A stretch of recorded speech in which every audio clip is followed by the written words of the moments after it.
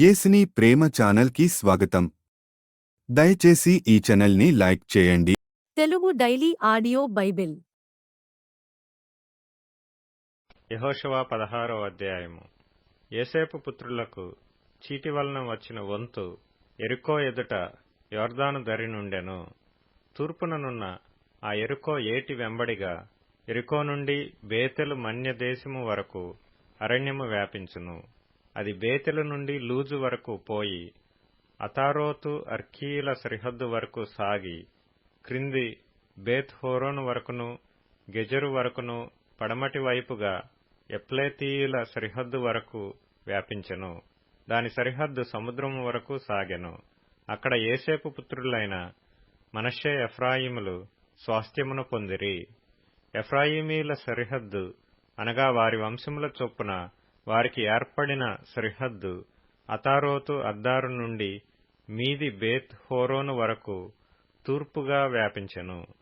వారి సరిహద్దు మిక్మెతాతునొద్దనున్న సముద్రం వరకు పశ్చిమోత్తరముగా వ్యాపించి ఆ సరిహద్దు తానాత్షీలోను వరకు తూర్పు వైపుగా చుట్టూ తిరిగి యానోహ వరకు తూర్పున దాని దాటి యానోహ నుండి అతారోతు వరకును నారాతా వరకును యెరికోకు తగిలి యెరికోనొద్ద తుదముట్టెను.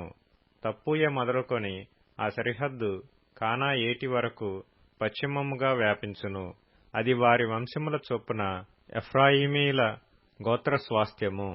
ఎఫ్రాయిమీలకు అచ్చటచ్చట ఇయ్యబడిన పట్టణములు పోగా ఆ పట్టణములన్నీయు వాటి గ్రామములను మనష్షీయుల స్వాస్థ్యములో నుండెను. అయితే గెజెరులో నివసించిన కనానీయుల దేశమును వారు స్వాధీనపరుచుకొనలేదు. నేటి వరకు ఆ కనానీయులు ఎఫ్రాయిమీల మధ్య నివసించుచు పన్నుకట్టు దాసులై ఉన్నారు. యెహోషువ 17వ అధ్యాయము. మనష్షే యోసేపు పెద్ద కుమారుడు గనుక అతని గోత్రమునకు అనగా మనష్షే పెద్ద కుమారుడును గిలాదు దేశాధిపతియునైన మాకీరునకు చీట్ల వలన వంతు వచ్చెను. అతడు యుద్ధవీరుడైనందున అతనికి గిలాదును బాషానును వచ్చెను. మనష్షీయులలో మిగిలిన వారికి అనగా అబియజరీయులకును హెలకీయులకును అస్రీయేలీయులకును షెకెమీయులకును హెపెరీయులకును షెమీదీయులకును వారి వారి వంశముల చొప్పున వంతు వచ్చెను. వారి వంశములను బట్టి యోసేపు కుమారుడైన మనష్షే యొక్క మగ సంతానమిది. మనష్షే ముని మనముడును మాకీరు ఇను మనముడును గిలాదు మనముడును హెపెరు కుమారుడునైన సెలోపెహాదుకు కుమార్తెలే గాని కుమారులు పుట్టలేదు. అతని కుమార్తెల పేర్లు Mahlah, Noah, Hoglah, Milcah, Tirzah అనునవి. వారు యాజకుడైన ఎలియాజరు ఎదుటికిని నూను కుమారుడైన యెహోషువ ఎదుటికిని ప్రధానుల ఎదుటికిని వచ్చి మా సహోదరుల మధ్య మాకు స్వాస్థ్యమియ్యవలెనని యెహోవా మోషేకు ఆజ్ఞాపించినని మనవి చేయగా యెహోవా సెలవిచ్చినట్టు వారి తండ్రి యొక్క సహోదరుల మధ్య వారికి స్వాస్థ్యములిచ్చెను. కాబట్టి యొర్దాను అద్దరినున్న గిలాదు బాషానులు గాక మనష్షీయులకు 10 వంతులు హెచ్చుగా వచ్చెను. ఎలయనగా మనష్షీయుల స్త్రీ సంతానమును వారి పురుష సంతానమును స్వాస్థ్యములు పొందెను. గిలాదు దేశము తక్కిన మనష్షీయులకు స్వాస్థ్యమాయెను. మనష్షీయుల సరిహద్దు ఆషేరు నుండి షెకెమునకు తూర్పుగానున్న మిక్మెతా వరకును దక్షిణమున ఏన్ తప్పూయ నివాసుల వైపునకు వ్యాపించెను. తప్పూయ దేశము మనష్షీయులదాయెను. అయితే మనష్షీయుల సరిహద్దులోని తప్పూయ ఎఫ్రాయిమీయులదాయెను. ఆ సరిహద్దు కానా ఏటి దక్షిణ దిక్కున ఆ ఏటి వరకు వ్యాపించెను. మనష్షీయుల ఊళ్లలో ఆ ఊళ్లు ఎఫ్రాయిమీయులకు కలిగెను. అయితే మనష్షీయుల సరిహద్దు ఆ ఏటికి ఉత్తరముగా సముద్రము వరకు వ్యాపించెను. దక్షిణ భూమి ఎఫ్రాయిమీయులకును ఉత్తర భూమి మనష్షీయులకును కలిగెను. సముద్రము వారి సరిహద్దు. ఉత్తర దిక్కున అది అషేరీయుల సరిహద్దుకును తూర్పు దిక్కున ఇస్సాకారీయుల సరిహద్దుకును నడిచెను. ఇస్సాకారీయుల ప్రదేశములోను అషేరీయుల ప్రదేశములోను బేత్షెయాను దాని పురములను ఇబ్లెయామును దాని పురములను దోరు నివాసులను దాని పురములను ఎన్దోరు నివాసులను దాని పురములను, తానాకు నివాసులను దాని పురములను, మెగిద్దో నివాసులను దాని పురములను, అనగా 3 కొండల ప్రదేశము మనష్షీయులకు కలిగియున్నది. కనానీయులు ఆ దేశములో నివసింపవలనని గట్టి పట్టుపట్టియుండిరి గనుక మనష్షీయులు ఆ పురములను స్వాధీనపరచుకొనలేకపోయిరి. ఇశ్రాయేలీయులు బలవంతులైన తరువాత వారు కనానీయుల చేత వెట్టి పనులు చేయించుకొనిరి గాని వారి దేశమును పూర్తిగా స్వాధీనపరచుకొనలేదు. అప్పుడు యోసేపు పుత్రులు యెహోషువతో, మాకేలా ఒక్క చీటితో ఒక్క వంతునే స్వాస్థ్యముగా ఇచ్చితివి, మేము ఒక గొప్ప జనమే గదా.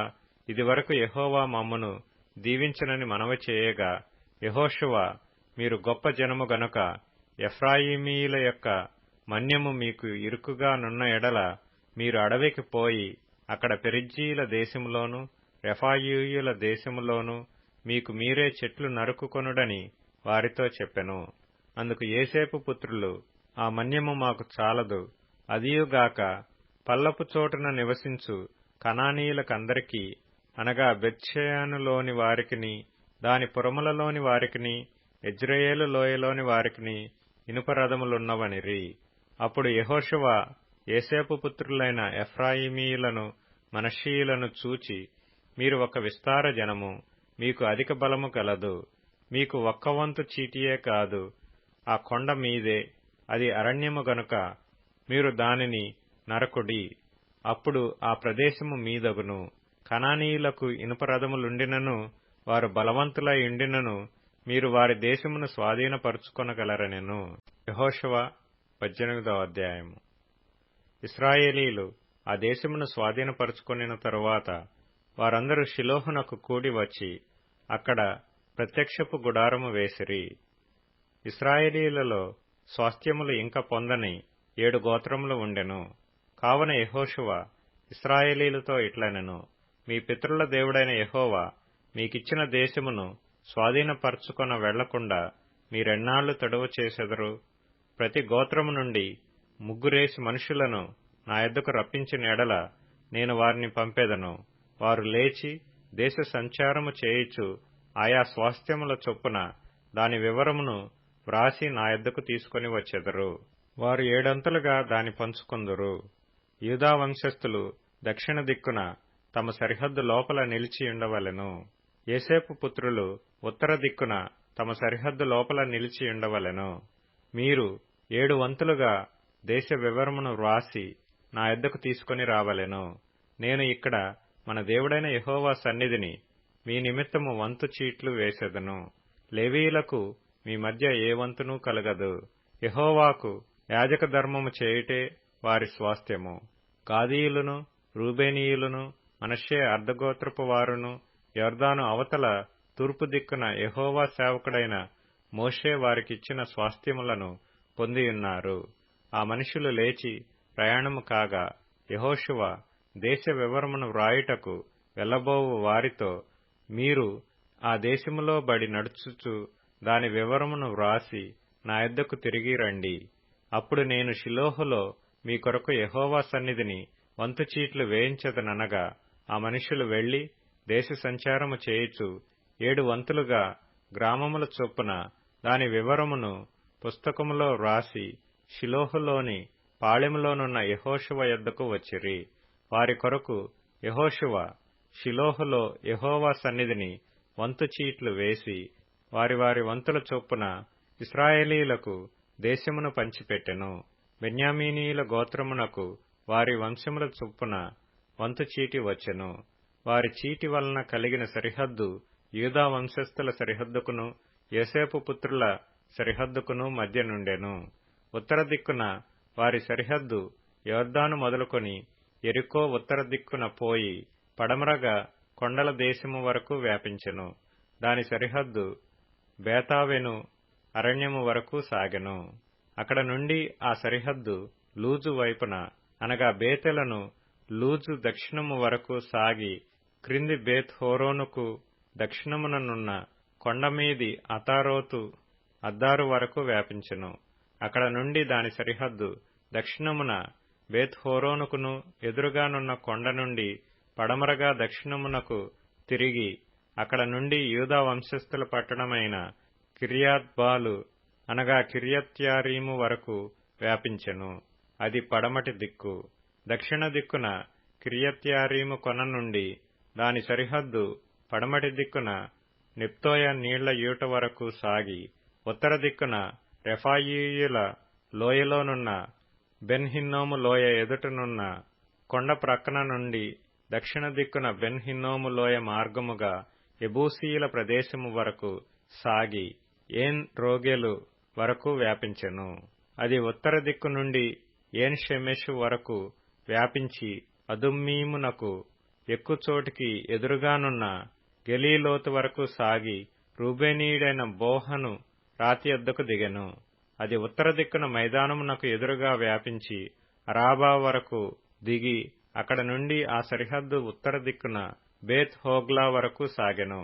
అక్కడ నుండి ఆ సరిహద్దు యొర్దాను దక్షిణ దిక్కున ఉప్పు సముద్రము యొక్క ఉత్తరాఖాతము వరకు వ్యాపించెను. అది దక్షిణ దిక్కున దానికి సరిహద్దు. తూర్పు దిక్కున యొర్దాను దానికి సరిహద్దు. దాని చుట్టూనున్న సరిహద్దుల ప్రకారము బెన్యామీనీయులకు వారి వంశముల చొప్పున కలిగిన స్వాస్థ్యము ఇది.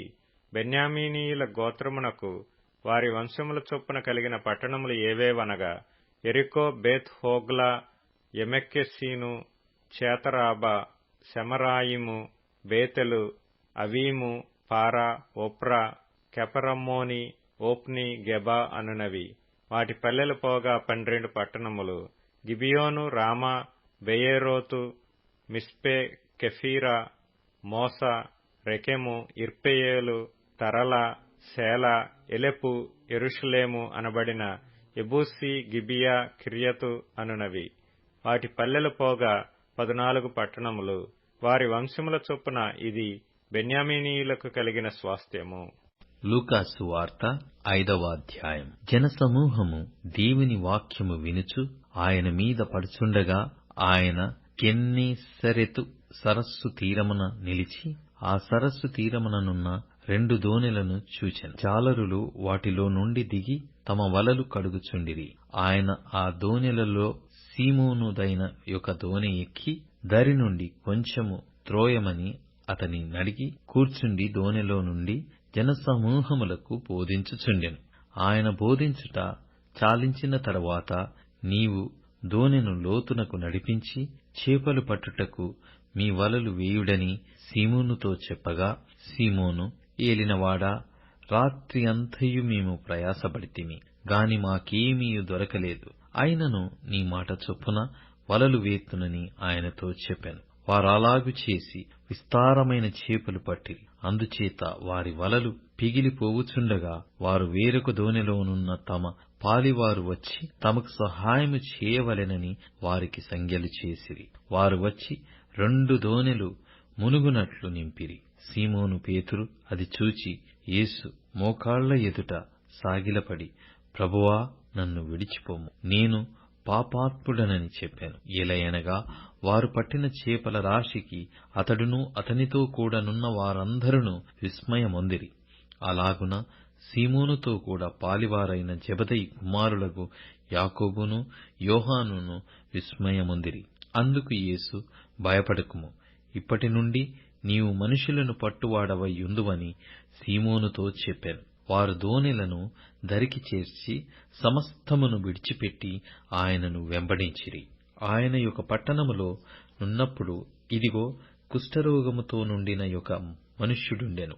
వాడు యేసును చూచి సాగిలపడి, ప్రభువా, నీకిష్టమైతే నన్ను శుద్ధినిగా చేయగలవని ఆయనను వేడుకొనెను. అప్పుడు ఆయన చేయి చాపి వానిని ముట్టి, నాకిష్టమే, నీవు శుద్ధుడవు కమ్మని అనగానే కుష్ఠరోగము వానిని విడిచెను.